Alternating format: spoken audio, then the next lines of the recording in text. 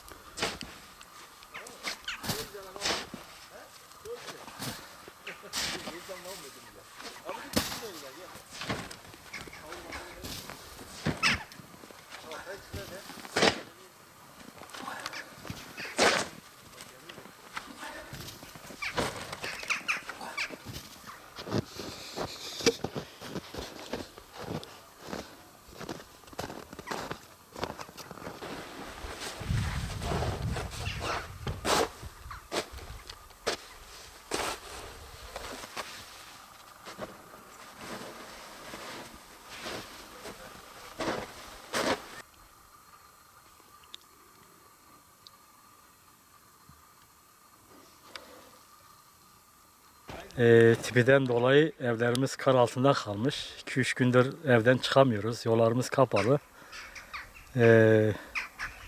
Halimizi görüyorsunuz.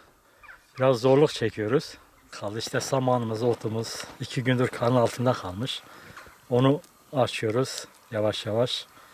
Yoluna oturtmaya çalışıyoruz.